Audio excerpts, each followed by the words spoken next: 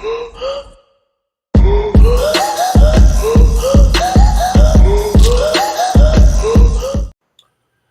Talkin fight fans. Thanks for tuning in to another wonderful episode of Knuckle Up at 4 with your man, Mike Orr at 4 and Cedric Benn in the den. And again, joining us today, our very special guest, James Hagler. And we are continuing today with our Black History and our Murderers Row boxing and another two guys.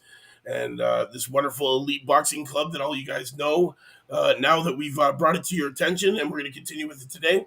So, Cedric, why don't you take us away? Perfect. So today we got Mr. Holman Williams and the Coco Kid, Herbert Hardwick. So, starting with Mr. Williams first. Holman Williams was born January 30th, 1915 in Pensacola, Florida, the same birthplace as my favorite boxer, Roy Jones Jr. As an amateur, he had a short career before turning professional in 1932. And, as I said before, that, there wasn't too much highlights of these guys back then. So we got to just kind of have to go off the research of what people wrote about them. And this little brief description that they wrote about him is similar to, I think one of the main boxers nowadays. I'll read this description first. They said he was one of the smartest technicians to grace the squared circle. His skill set was unbelievable. The fleet-footer boxer puncher was a defensive genius with an excellent jab. But if you were to nitpick anything about his game, about his his lack of anything that he lacked, it was his lack of power. I don't know. To me, that sounds kind of like how people describe Mayweather. Right? Smart, skill set, defensive genius, good jab. But if people talk about he doesn't knock people out, it's kind of so that'd be interesting to see them two go at it. Of course, he had a bolder fight. Yeah, I guess so. He was stablemates of Eddie Futch and Joe Louis. Of course, everyone knows the great Joe Louis. For those of you that don't know who Eddie Futch is, he went on to coach great Hall of Fame boxers, including Bernard Hopkins and some other Hall of Fame boxers too. Riddick Bowe, yes, exactly. So Eddie Futch was instrumental in a lot of Hall of Fame boxers' career. And he was stablemates with Mr. Holman Williams here. As a matter of fact, he was quoted. Eddie Futch was quoted as saying, just giving Williams such good compliments. He said that he would rather watch Williams shadow box than watch most other fighters in action. That's how much of a great technician he was. Upon retiring, he, just like most boxers, he still was in the gym, helping out train the next generation of boxers, and specifically in helping training Joe Louis at the Lewis and Brewster Recreational Center in Detroit. Yeah. All right, Mike, give us his record. This record, guys. Wow. Let me just tell you, 146 wins, 31 losses, 11 draws, 36 knockouts. Man, this 5'10" and a half, 71-inch reach middleweight. Okay. Had a knockout percentage of only 19.05%. So that lack of power that you're talking about really does show. Guys, when you get on this here, man, that's a total of 189 bouts in his career. 189 professional bouts. It's 2 pages on BoxRec if you want to check it out, man. And that's that career. We're talking 189 bouts in only a 16-year career. So that just goes to show you how often these guys fight. The funny thing I wanted to mention was Williams had a string of 5 victories, including wins against, I think it was Baby Tiger Flores, Archie Moore, Kid Torino, and Bob Satterfield. Even though Williams was ranked number 3 middleweight and primed to challenge then champion Tony Zale, his title fight never materialized as the Man of Steel.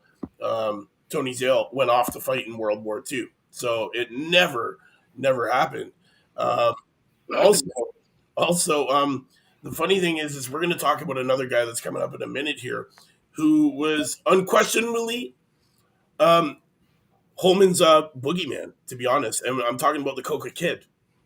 So the Coco Kid, because these guys fought each other so many times, he actually was, Holman Williams boogeyman, which is kind of crazy about that. The rivals fought 8 times, and they fought 11 times, and Kid beat Holman Williams 8 out of that 11 fights, man. So some big numbers there, man. Only person that could really test him was Cocoa Kid. Yeah. Go ahead, James. Go ahead, chime in. Well, I just wanted to say, who you think would win out of Zale and him? Well, because Zale is what they compared my dad to Zale. I think my dad Zale comes before my dad, so that was interesting to hear. Yeah. I think well, the one thing about Marvin Hagler, he never ran out of gas. He was always in extra shape. And we got the champ in the house. Shania, Jim, what's up, baby? I need my earphones. Hey, how y'all doing? All right. Can you hear us? I can hear now. You can hear us? I can hear, yeah. Tim, say what up to. We got James Hagler up here. It's Marvin Hagler's son, James Hagler. How you doing? Hey, I remember real quick when I first started boxing. Give me the earplugs, Shania. I remember when I first started boxing, and down where in South Philly, the Italian market where they made the Rocky movie. Yeah. That's where the gym was on Passyunk and Moore. And that's your uncle? That's my dad. That's your dad. I'm sorry. Yeah. That's right. And he came into the gym. That's the first time I met him. That was Marvelous. Let me put my things on. I mentioned yesterday. Marvelous Marvin Hagler. That's the first time I seen him, boy. He was something too in the gym and everything. There was just that one day. And then I met him. Then I did a couple of events with him. Then we got to be good friends. That's cool. That's great to hear. When the last time you talked to Dean? Dean, the Welsh Road Warrior? Nah, Dean Smith. I know Dean Smith. Yeah. Yeah, with the ABA. I know Dean. The American Boxing Association. Tell Dean to come on the show. Yeah. Dean likes to stay in the background. The Irish dude, man. Dean, we just had him on. Isn't that Dean that we just had on last week from the UK? No, that's Dean. That's Dean, the Welsh Road, Dean Williams. He played in the Rocky movie. Yeah. Another one? Yeah. The Road Welsh Warrior, yeah. Wow. Right. Wow. Hey, but listen, we right in the middle of talking about Holman Williams right now. Okay. We just finished Champ, you just came in. We just finished talking about Holman Williams, one of the famous members of the Black Murderers Row, born in 1915. Fought all the top guys except for they wouldn't give him a shot. And we just finished talking about his crazy record. And we're about to move on to the Cocoa Kid. I don't know if you got anything to say about Mr. Holman Williams. I wasn't born then, but I was born in '57. But that's the first time I heard of the Death Row? The Murderers Row, Black Murderers Row. That's the first time I heard. I know they had something in Philly where they had some Murder Row gang or something like that. But that one I never heard of. That's interesting. Yep. Now we're moving on to Herbert Lewis Hardwick, who went by the name the Cocoa Kid. born May 2nd, 1914 in Mayagüez, Puerto Rico. His family moved to Atlanta, Georgia. He started boxing. This kid, he had his first pro fight at 15 years old in 1932. He was the only Hispanic member of the Murderers Row. He changed his name to the Cocoa Kid, reportedly in tribute to the Hall of Fame Cuban Kid Chocolate. They said he was a decorated pugilist with a solid left jab and a dangerous right cross. You talking about Kid Chocolate? No, talking about Cocoa Kid. He kind of named himself after Kid Chocolate. Oh, I was going to say, okay. Yeah. Okay. Yeah, during his time, he had 13 fights with the man we just talked about before, Holman Williams, winning 8 of those. Yes. And yeah, well, supposedly he was supposed to they're in negotiations to fight Sugar Ray Robinson, but the negotiations broke down. They were saying because he knocked down Sugar Ray in sparring a couple of times, so that was kind of one of the reasons why the fight never actually happened. But you know how it is; the rumors get around. Mike, please give us his record. Oh yes. This is a good one, man. This kid, 3 guys, 3 pages of fights here. 3 pages. Three pages you can read. 249 bouts in his career, and it spans like 19 years, man. His career went from 1929 to 1948, and he amassed a record of 178 wins, 58 losses, 11 no contests, with 48 wins by knockout. Only a 19.28% knockout rate, but still, man, 249 bouts. It's pretty nuts, man. And this guy's 5'10" and a half, 70-inch reach. Yeah. Oh, Mike froze up. He froze up for a second on that last part. Sorry. Mike. Sorry, man. Yeah. I don't know where I froze when off. you're talking about the reach, you're talking about his reach. Oh, 5'10", 70-inch reach, Puerto Rican, and then he moves to New Haven, Connecticut, USA. And this is all because of his father, who was a Marine, I believe. What weight class did he say? I forget what weight class they said. He's a welter. Welterweight. Herbert Lewis Hardwick. Lewis Kid Coca or Cocoa. Cocoa Kid. There you go. The Cocoa Kid. There you go. Mr. Hagler, your thoughts? Who you think would win out of Robinson and him? Well, I mean, that's the thing. That's the thing, man. I mean, there's a reason why these guys were on this list because everyone was avoiding them. They said how he dropped them in sparring. So you know what? You got to guess. You wasn't born. You wasn't born. Yeah. Just by reading, stuff, I'm gonna go with the Cocoa Kid. Well, how about this? How would you? What would you think of Marvelous lining up with some of those guys, some of those middleweights? Well, as I said, the one thing about Marvelous is he was always in shape. He never ran out of gas, and he was coming at you 100 miles an hour. So, unless those guys, it would have been good unless those guys would have to make sure that they were on their A game if they were facing Marvin Hagler. What hand was he? I had the axis for years. What hand was Marvin? Southpaw. What he was left-handed? Yeah. Well, because he fought cut. I mean to cut. Well, he switched. He switched.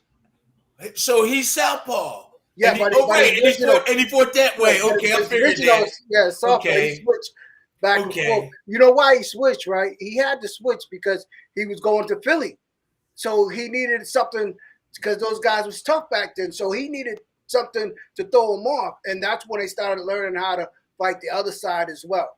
So when he going into the Lions, then that's how he started. Interesting, switching. Yeah. He needs some more weapons in the repertoire. I do believe if he practiced real hard on that side, that he could still do good on that side. He'll perfect it. But I know you said he went on both sides. He went on both sides to understand that gave him more tools. But if he would have stayed on one, he still would have did just as good. Yeah, but because he had an iron chin. The one thing that he has in common with those guys is that he was authentically tough, and his will. He had a strong will, and he was hungry. He was very hungry, and these guys back then were so hungry, man. Because that's how they was feeding their families, man. That's why you see these records, 200 fights. They was fighting 3 times a month, 4 times a month. Get knocked out, come back and fight again. I was in the UK with him too. We did a couple of shows, and I think we was in Leeds. We was in Sheffield. Okay. Man, they loved them. Yeah, they do. Yep. They do. I sat next to him. Talking to him. He's really cool, man. Really cool. Thank you. I appreciate it. Thank you. That's my man. So Hardwick faced Holman Williams for the World Color Middleweight Championship on January 15th, 1943. at the Victory Arena in New Orleans, Louisiana. Hardwick took the title from Williams on points in that 12-round bout. He never defended the title, which became extinct. Instead, he met Williams at New Orleans Coliseum Arena on September 15th, 1944, for the duration middleweight world title. This time, the result was a draw after 12 rounds. It was his second fight after being discharged from the U.S. Navy. Wow. Interesting. Yeah. So, and for those people that don't know about the World Colored Welterweight Championship, it was created in 1936. And on July 26th of that year, Hardwick met young Peter Jackson, the holder of the Pacific Coast and Mexican lightweight titles, at Henham Park in New Orleans, Louisiana, in a 10-round bout, referred by Harry Wills as the three-time world colored heavyweight champion. Hardwick won via a technical knockout in the second round. He made 4 defenses of that title. On September 22nd of that year, the same venue, he defeated Jackie Alvaro on points in 10 rounds. um, Also, in 1937, at the Coliseum Arena in New Orleans, Hardwick fought his old nemesis, Holman Williams, prevailing in a close fight, winning a decision in the 12-rounder. Ring Magazine had donated a championship belt for the belt. Hardwick successfully defended his title against black Canadian boxer Sonny Jones at the Valley Arena in Massachusetts on November 15th, 1937. In a bout referred by then former world champion Jack Sharkey, Hardwick scored a technical knockout in the 6th round of their 15-round bout. He had devastated Jones in the 3rd with a right to his jaw, and then with a right that opened a cut over Sonny's left eye. Sharkey stopped the fight when Jones could barely see. So these guys were battling it out, man, and week after week, couple times a month, and fighting each other for this championship and this tournament that these guys had to make up because they were so damn feared by every other boxer in their division. 24 rounds. Those guys had to be. I'm just saying, somebody did 20-something rounds. Them guys had to be in shape. So I was just saying, you know what? Our skills were a little bit better, but conditioning. Those guys are strong, man. They were strong back then. I think now, because you just walk like this, they be walking like this and stuff. Right. But they were strong. Yeah. With they lacking skills, they were strong and go 25 rounds. And I'm trying to debate how would we do against them? Because if they're strong, they might lack skills, but they'll be there all day long. They're hungry, So and they was hungry too. Yeah. Oh yeah, they only got a couple of biscuits. So I always was thinking about that. I'm saying, man, if I got in there with a Jack Sharkey, I know if I hit him on the chin, he probably still get up. Right. If they strong, so I always wondered about that. Yeah, man, that'd be strong dudes, right? I'm talking about before Joe Louis. Yeah. Them boys were strong. Yeah, they were. Yeah, 24 rounds and still. You seen who that did 20 rounds or 24 rounds? Mike?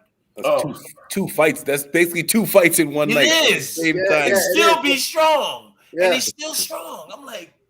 Yeah, and plus the glove sizes was different as well. Yes, definitely. Yeah. They definitely weren't made. They definitely weren't made of what they are made of today, for sure. Because when you look at them, man, they, no matter what weight they are, you ever notice that in those old pictures, they all look like bag gloves? They all look like bag gloves. The 1980 bag gloves. With the metal in them. Bag of marbles hanging around it. The metal bar in the grip.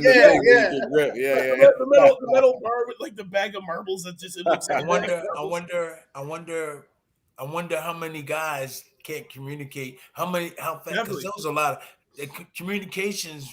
Probably was bad after like about 25 fights, because a lot of them got hit too. So imagine that.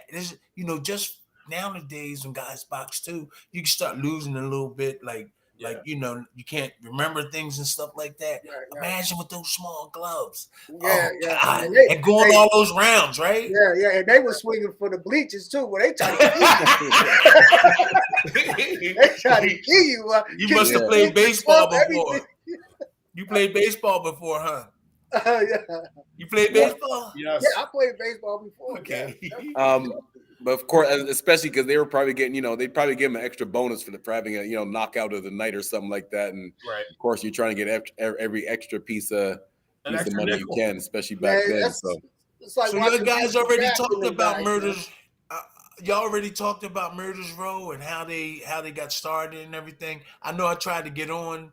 And our first day, we just gave a brief summary of all the guys and how it got started. And each day we picked two guys and just talk about those for that day. That's what we've been doing every week. And then I never tomorrow we got we saved the best for last. Well, for what they say, the best for last.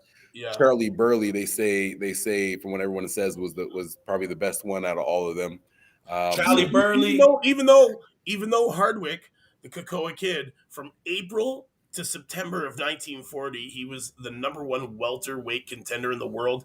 However, Henry Armstrong, who held the world who held that world welterweight championship, refused to give him a title shot. And then October 9th, 1943, Hardwick made the cover of Knockout magazine as the Cocoa Kid. And Armstrong is a bad dude. He ain't want to fight this other guy? No. Whoa, I'm glad I ain't fighting back then. Armstrong all in your face, right? Armstrong all in you. He don't back up, right? Yeah. And he didn't want to fight this other guy. No, he didn't want to fight him. That's the amazing thing about these guys is that a lot of the top dudes was like, nah, I'm cool. Yeah. You know what I'm saying? They're like, nah, I'm cool. I'm like, wow. And they never got a chance to hold a title, No, they had to create their own title, man, in their own tournament, and this is the reason why we were talking about two guys who faced each other 11 times, and unfortunate Herbert had Holman's cards, man, because he beat him 8 out of the 11 times they faced each other. So it just goes to show you, I guess when you're feared. When you're feared instead of loved, you get put into a different category, and unfortunately, you get kind of sidelined, really, or shelved, and you can't get the fights that you want to get, and that's just going back in the 40s. Like the same kind of shit happened with you, Tim. I know you were talking about it. I'm sure it happened to your dad, James. These guys, you guys were feared, and you didn't get the fights that you wanted because of that.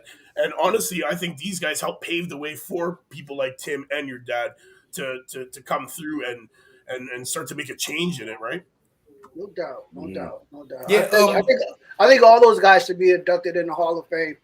I know some of them are, but I think they all should be. They all should have a place, man, because it's just unfortunately that they didn't get a chance to fight for a title, And I just hate to see that. I just hate to see that. Like I said the other day about Demetrius Andres, even Vernon Forrest, another guy that took a while to get a title. Nobody wanted to fight him neither. And I remember talking to Vernon in the gym because I was on the Holyfield amateur boxing team at the time, and he was like, Hagler, come here, man. Tell your dad I'm trying to get this title. So I called my dad up and he said, hey, tell Vernon as long as he keeps winning, they got to give him a shot. To tell him to keep winning. I remember me and my dad, we watched the fight the night that he won the title, man. And I seen him the next day at the mall. He was so excited. And I told my dad, and he was, man, I miss Vernon. Vernon was a cool dude, man. Yeah, I can imagine. Yeah, I never met him, but he seemed to be a nice guy. Yeah. Oh, yeah. He was real good, real disciplined. First person to beat Mosley. Yeah, well, those two had the amateur wars. You know what I'm saying? They was going back and forth during the amateur time, so he couldn't wait to get in there with Shane, man. Yeah, and that's just crazy because no one up until that point, nobody really heard of Vernon Forrest yet. Because when Shane Mosley was the man at that time when they fought. Nobody's really thinking about Vernon Forrest, and he beat him once. Everyone thought it was just a fluke, and he beat him again the second time. Like, all right, we better take Vernon always got the best of him. Vernon always got the best of him during the Even in amateurs. amateurs, right? Yeah. Yeah.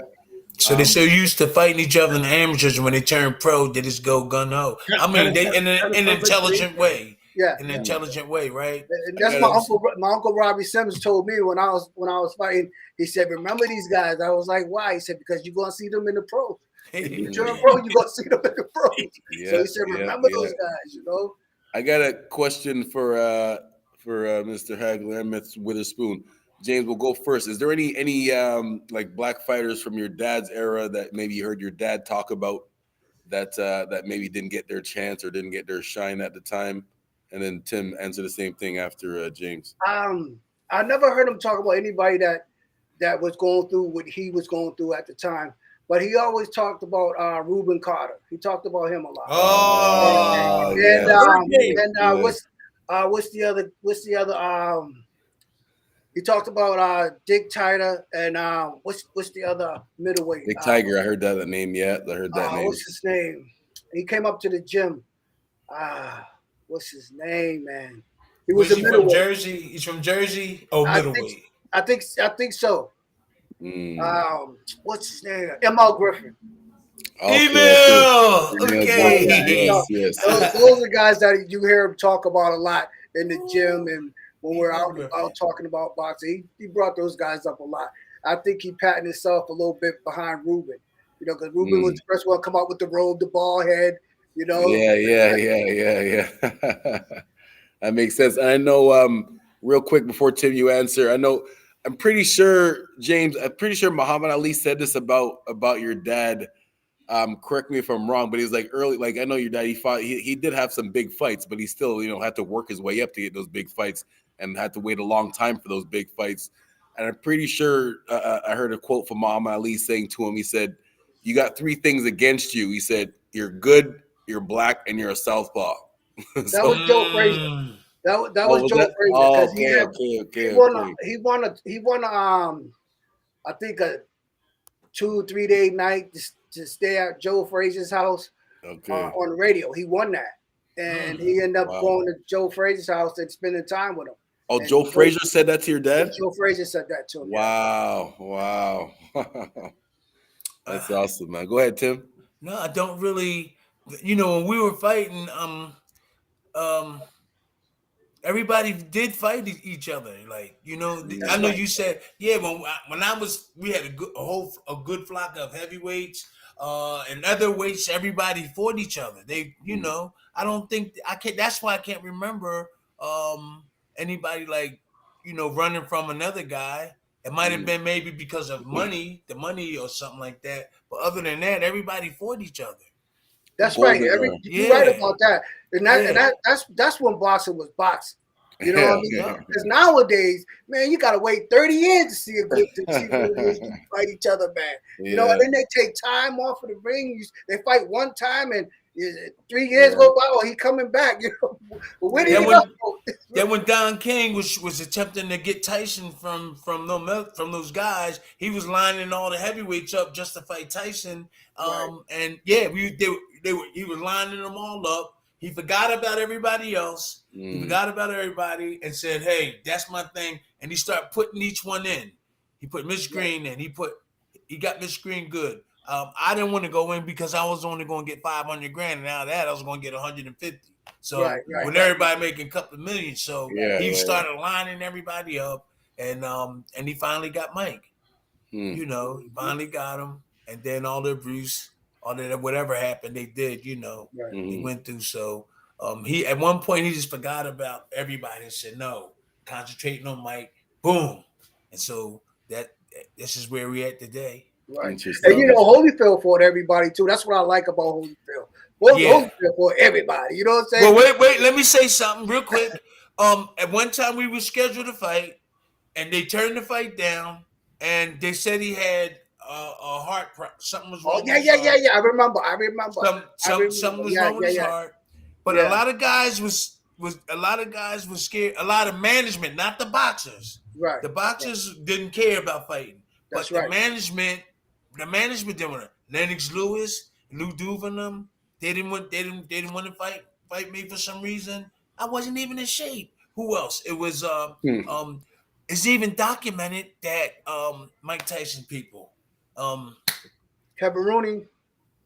not him, his managers and them. The They managers- didn't want to. I felt that gave me a lift Cates, when right? I found What's that his name? out. Cates. Huh? Cates, I think his No, name's what's Cates. his name? What's Tyson's people?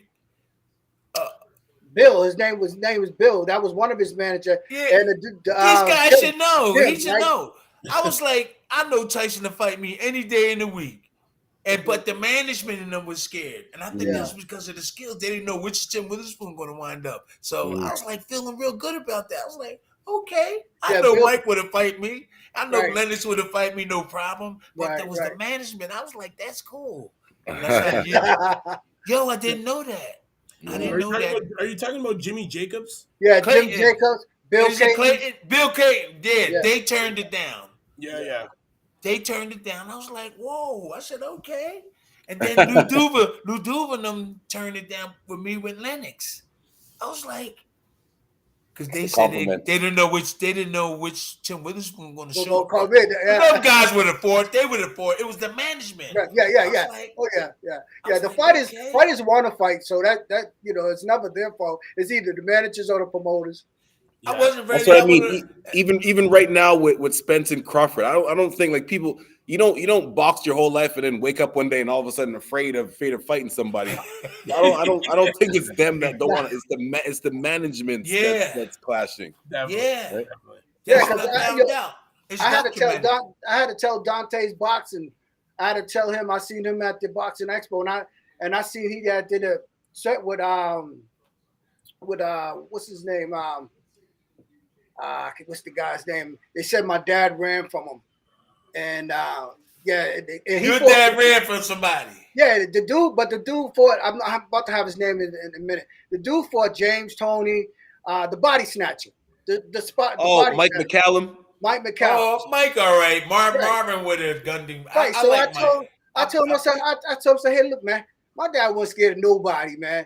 The only reason why they didn't fight was because he couldn't get no money with him. Exactly. You know what I'm saying? And he was going to fight him before the Beast. Yeah. And then they had found the Beast, and they was like, well, we could make more money with him than fight McCollum. You know what I'm saying? Mike McCallum, that's to me, that would have been a nice money. So it was the money. That would have been a nice money fight. Yeah. But look at Hearns didn't fight him. Sugar didn't fight him. Duran didn't fight him. You know what I'm saying? There was no money in fighting McCollum. No. Okay. It was a big risk, low reward. Yeah. That's right. Yep, exactly. Because he had 2 close fights with James Toney still in his prime. Oh, yes, James Toney. So my dad said when he told me, he said, tough. when I see Mike McCollum, I went over there and I said hello to him, and I told him, I had a lot of respect for him. He's a good fighter, and I'm sorry that we couldn't get it on, and Mike was like, oh, he still was bitter, but I'm like, that pissed me off. I'm like, you should have did something. You know what I'm saying? You should have made it so you can get this money fight. Yeah. That's on you, man. You know what I'm saying? And you bitter? You still bitter? Ain't nobody running from you. We fighters. We fight right now. You know. So the management, I guess, I don't know. They supposed to help boost your career up and everything, and so you could be a money boxer. So what you think? I'm just saying. The managers and them supposed to build them up so he can get the big money fight. So he had a problem with them. He had a problem with his managers and stuff. Who, my dad? Yeah. Well, at first, it was taking too long to get the title shot. So he was thinking about going out. I remember that. He was thinking about going out to LA. I remember that sometimes he was frustrated at home because he wanted it. And then when he found out what was going on and why he wasn't getting his title shot, it became a different story. So that's why he stayed. That's why he ended up staying with them. So your dad's it was Gil Clancy. It actually was Gil Clancy and them guys not giving him title fight because he was good. They knew that he was going to beat their man. Okay. So they kept running from him. So he had to go. So he had to go to the Kennedys out there in Boston to get him to get a title shot. They told Gil Clancy and those guys, they was like, look, if you don't give Marvin a title shot, we're going to open up a full investigation. That's how he got the title shot with Vito in the front. Wow, holy crow, eh? Yeah. Wow. So your dad was pretty much got your dad was in the same boat as these guys in And murderers. yeah, same boat as these guys, right? Yeah. I mean, he could have been the guy. We could be talking about him right now. Right. Damn, Marvin was a good fighter, but he never got that chance. Exactly. That's just for people to do that to a fighter and ruin their career. I just think it's terrible, man. Yeah, man. I really think that's hard to take to swallow as a fighter, man. As a fighter, you know what I mean. You never get that shot. You know you was worthy of this. You know you was good. You know you were the best, and you just couldn't get it because of politics. Yeah. That's bananas. It's crazy.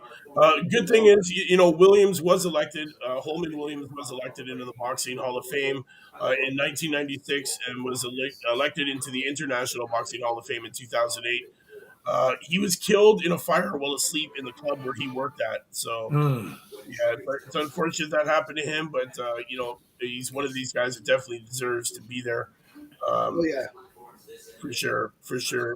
And speaking of Mr. Hardwick here, he fought and lost to Archie Moore in 1945. He lost his last professional fight on August 24th, 1948 against Bobby Mann at Bell Park in Trenton, New Jersey. In 1949, Sugar Ray Robertson entered into and then broke two agreements to fight against Hardwick. In the year of 1949, Hardwick was Robinson's sparring partner at the welterweight Kings training camp. So, at the end of his boxing career, Hardwick had fought 244 professional fights. He won 176, 48 wins by knockout, lost 56 fights, 7 by way of knockout, and 10 of his fights were classified as draws.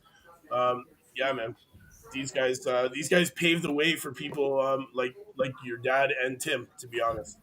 I have a personal question. Yes. To ask Junior. Isn't that Junior? Nah, I'm the oldest.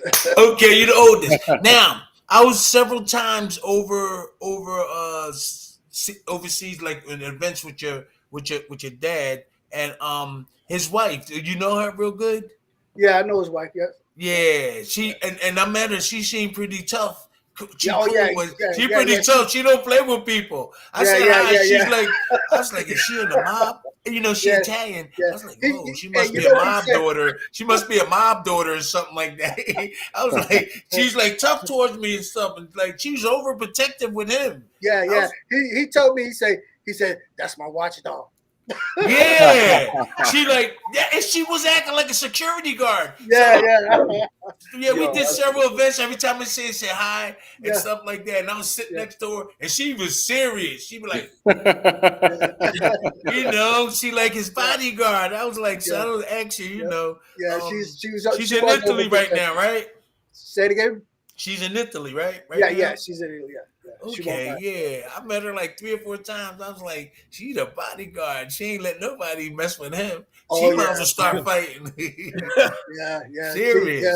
She doesn't get along with a lot of the females in our family. Okay. Because she's too protective. You know what I'm saying? She is. Yeah. If somebody outside, I'm cool with her. But if somebody outside could sense that, then. Right. Yeah, I was just saying hi. Hey, I was just she's like, like, all right, chill. What's her name? Her name is Kay. Kay. Yeah. She nice. She nice. I mean, I did a couple of events with her. She's pretty cool. She calmed down after a while. I was like,